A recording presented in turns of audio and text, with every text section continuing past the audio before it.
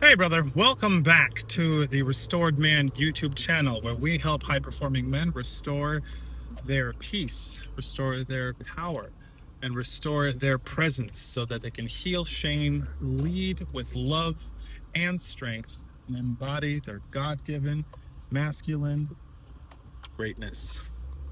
I like that one better. I'm open to feedback, but I'm feeling that one a little bit more. So, I wanted to create a very important distinction around masculine leadership.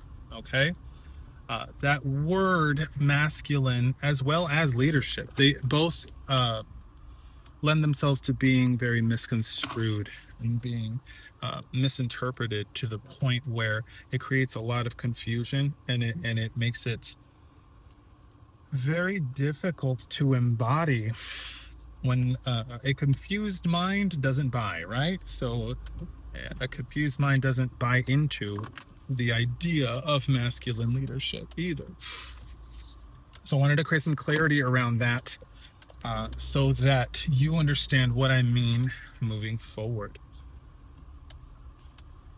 Masculine leadership. Now, just to make it emphatically clear, all right, um, masculine in this context, right, is so much less to do with men, right? It is an energy, it is an adjective describing the kind of leadership that we are discussing.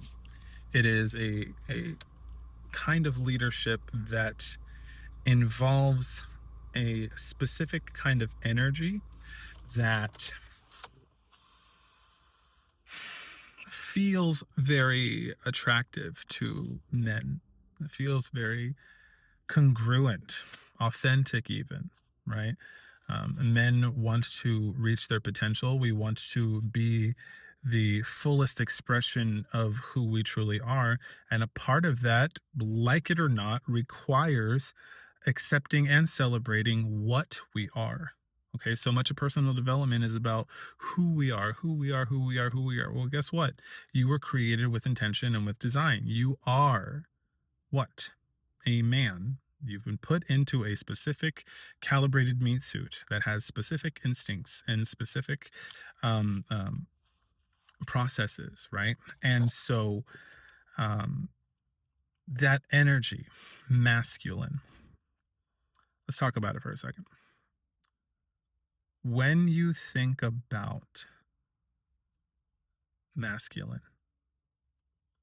what what comes up?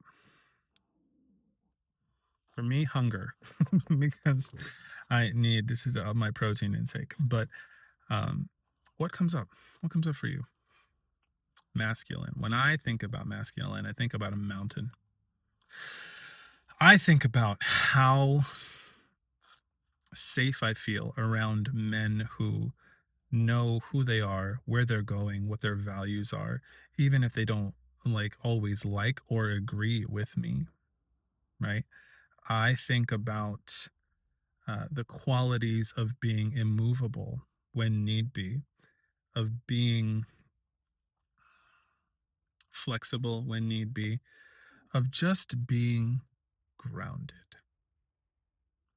grounded and centered and non reactive. That energy, what John Wineland, right, he calls the nothingness. It's the no thingness, the void, if you will, embodying that energy of. Have you ever been around a man who you feel safe around? They don't want anything from you. They don't need anything from you. They simply are just present and they're okay in their own skin. And that kind of gives you that feeling of, huh, I can be okay in my own skin. Or it can also intimidate, right? Because, oh, well, I'm not okay in my own skin. And I'm very starkly aware of how not okay in my own skin I actually am, you know? It's one of the two reactions that a lot of masculine embodied men create. But that's essentially it, right? The energy of being grounded. John Wineland calls masculinity a grounded transmission of unconditional love. It is a very powerful definition, a grounded transmission of unconditional love. That is what I mean, and where I am heading, and where I am sending, I'm leading my clients. And that is what I believe masculinity to be, the energy of grounded, unconditional love. Okay. So if that's the flavor, now let's talk about the second part of that word, leadership. What is leadership? I like John Maxwell's definition of it. Leadership is influence, nothing more, nothing less. Influence. What is influence? It is the ability to impact another person, or to have an impact in general, to where something happens as a result of your will. So what does that also mean? It means having an impact over yourself and your actions. Okay. So masculine, grounded, present, centered, non reactive, leadership, influence, the ability to ask someone to do something, to tell someone to do something. Take out the trash, fill out this form, um, uh, pay this invoice, right? Give me a kiss.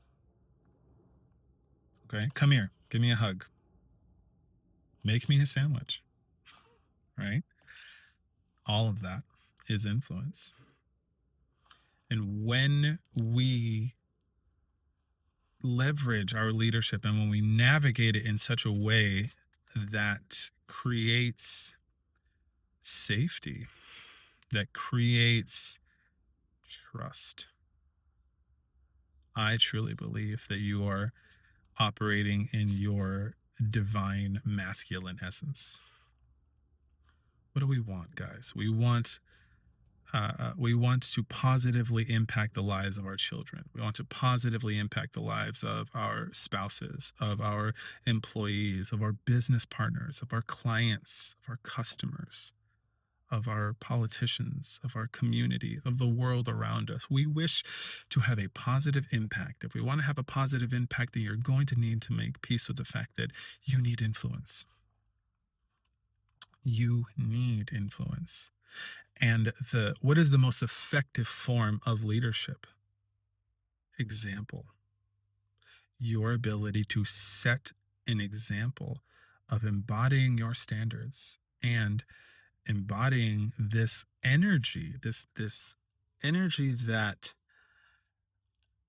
as a result people feel safe around. That is masculine leadership. It is leveraging the influence that you have in a way that creates safety and that it creates cooperation, collaboration, right? Deep, deep trust. That is masculine leadership to me.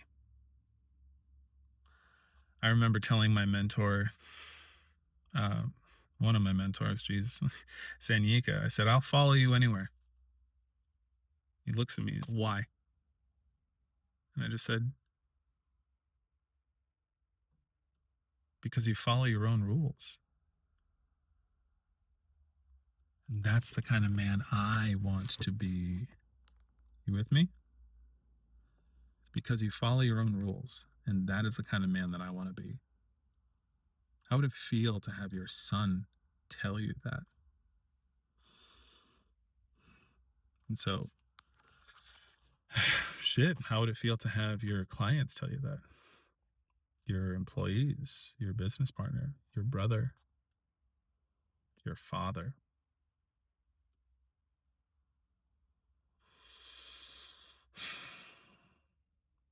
Masculine, grounded, centered, immovable, responsive rather than reactive.